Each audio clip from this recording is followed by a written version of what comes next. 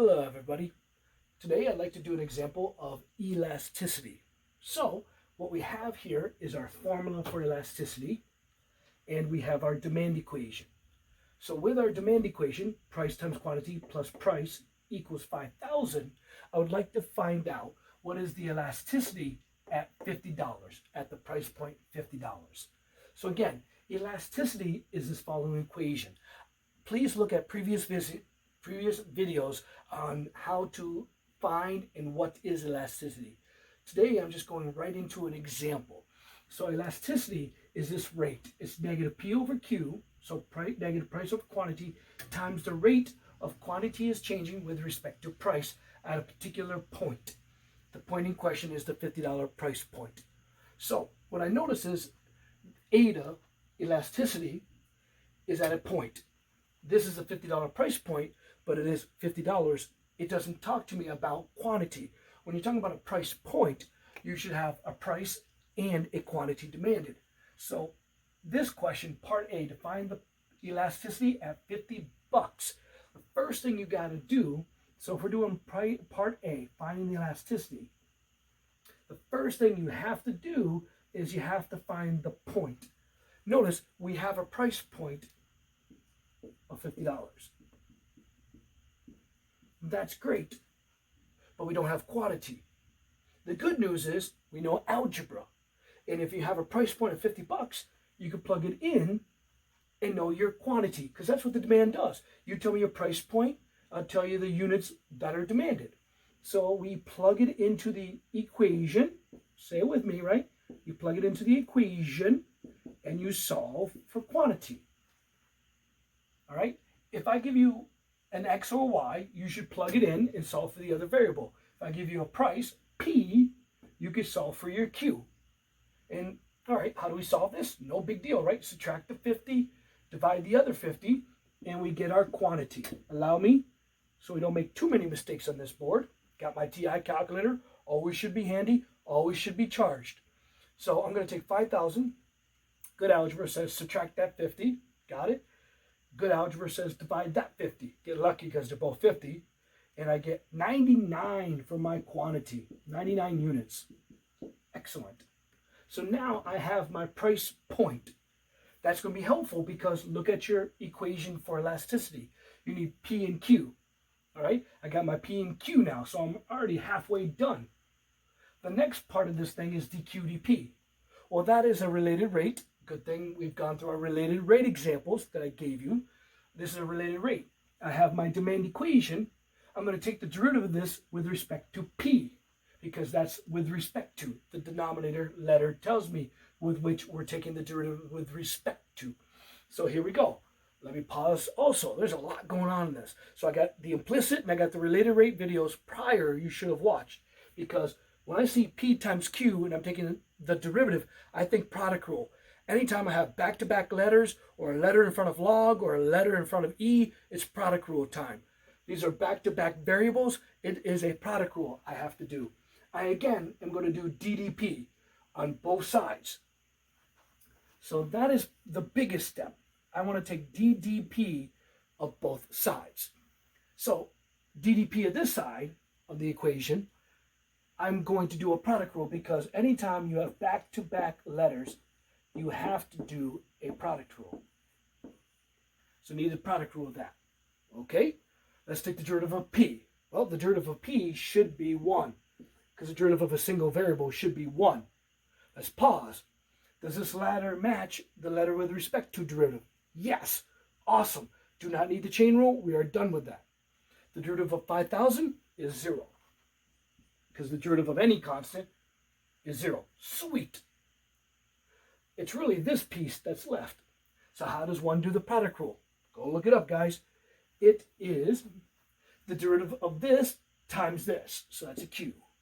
Plus this times the derivative of that. That's the product rule. So here we go. The derivative of P. The derivative of P, we already been through this. The derivative of P is 1. That P matches the bottom letter that we're doing with respect to, so I don't need anything else. The derivative of Q goes here by the product rule. The derivative of Q is also 1, but that's Q and not P. So what we write is we just took the derivative of Q with respect to P, and we don't know what that quantity is, and that's why I'm writing that right there. So here is what I have for my equation. The good news is, let's pause for a moment. I just took the derivative of the demand equation with respect to P. Why would I do that? Because I'm looking for a rate with respect to P. Notice the only thing that kind of came out that was inconclusive was dQ/dP. Notice that's the exact rate I'm looking for up here, dQ/dP. Ooh. So if I solve for dQ/dP, I get what I need up there. So let's clean this up. Algebra time. 1 times Q is Q. P times that. And allow me to abbreviate, you know what? Even though I say allow me, let me write it dQ/dP. I was going to abbreviate, but no thanks. All right. So this item has the dQ/dP. Leave it on the left. As I said in the implicits, move these other pieces to the right. All right. This is like our 4th or 5th video on this topic now. Move these items to the right because they do not have the dQ/dP or the derivative you're looking for. So you move them over, you have P times dQ/dP equals, subtract the Q over, subtract the 1. Last but not least, you know the factored piece out there, the P, has to be divided over because these are always the last 3 steps I've said over and over when you do implicits. You move everything that doesn't have the dQ/dP, the rate that you need, onto one side. You factor out, in this case there's nothing to factor, the P, and divide it over. So my dQ/dP equation in its rawest form is negative Q minus 1 over P. That is actually my change in quantity with respect to price in the demand equation. Awesome. Now I'm looking for it at a particular point. So I know I'm looking at the particular point, 50, 99. So I'm going to plug that in. I'm going to utilize the fact that I am at a particular point in time. I know the quantity at the particular time is 99, so it's minus 99 minus 1. And I know we're at the price point of $50. Doing the quick math, negative 100 over 50 is negative 2. And so that is my dQ/dP. That's the rate at which quantity is changing with respect to price. Negative 2 units per dollar, if you need it. Negative 2 units per dollar is how dQ/dP is changing. So let's think about this. I have P, 99. P is 50. I have my Q, 99. And I have my dQ/dP, negative 2. I can plug all those pieces together to find my eta. So my eta is, by the formula, negative P over Q, negative 50 over Q, 99, times dQ/dP, evaluated at the point. That's why it says the rate evaluated at the point. Please see the video on elasticity, implicit derivatives, to really understand why this is the formula for elasticity. And we get negative 2.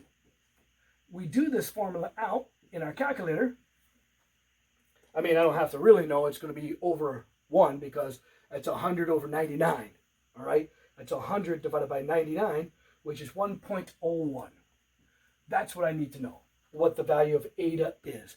In this case, eta is 101. And that's what I want to make sure I know for part A. What is the elasticity measurement? It is 1.01. Whatever we're selling here, this demand equation for whatever product we're selling is an eta value of 101. And that's how you would achieve this value. Now, because of that, so I kind of pause. Sometimes I go really, really fast here. But because I know the eta value, I know a little bit about it. I know whether I'm looking at one of 3 elasticities. That is, whether it's unitary elastic, whether it's elastic, or whether we're inelastic. And that is all in terms of the price point. Well, because eta is over 1, we are looking at an elastic price point. We are at an elastic price point. Elastic. No, I spelled it right. So we're at an elastic price point. If your eta is greater than 1, you're at an elastic price point. Well, now we got to go through our books and recall what it means to be at an elastic price point. At an elastic price point, I always think about my products. what products are elastic? The elastic product would be your favorite soda, your favorite pair of pants. That is, if they jack up the price too much on an elastic product, I ain't going to buy it. Demand's going to come down tenfold, not tenfold, but severe. Elastic means no matter what price increase you do, the change in the decrease in demand is more than that. So if we do an increase at this price point, $50 price point, if we do a 2% increase in price, we're going to see over a 2% drop in demand, because that's what happens at an elastic price point. Think of a rubber band. We go out, it comes back more at an elastic price point.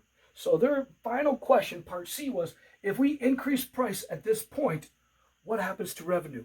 Well, if we increase price at this point, since it's an elastic price point, increase in price means demand goes way down. Price goes up, but demand goes way down. Bottom line, we lose revenue. We have a decrease in revenue because, again, the increase in price is not greater than the decrease in the change in the demand. And that means overall, because revenue is price times demand, we have a drop in revenue. So at an elastic price point, if you increase the price, you're in trouble. Your revenue is going to come down. That's the bottom line here. These are the typical three things you see. If somebody gives me my demand equation, we currently are selling at a certain price point, and the question comes to mind is, are we at an elastic price point or are we at an inelastic price point? In this example, we're at an elastic price point. How do I know? Elasticity is measured by this equation, and I calculated it out to get a 101, 1.01. Since this is greater than 1, barely greater than 1, but it is greater than 1, it is an elastic price point. Again, elastic just means whatever increase in price I do, the decrease in demand will be more severe, which overall means revenue goes down at this price point if I increase it. Thank you guys for watching this video. Please stay tuned for more.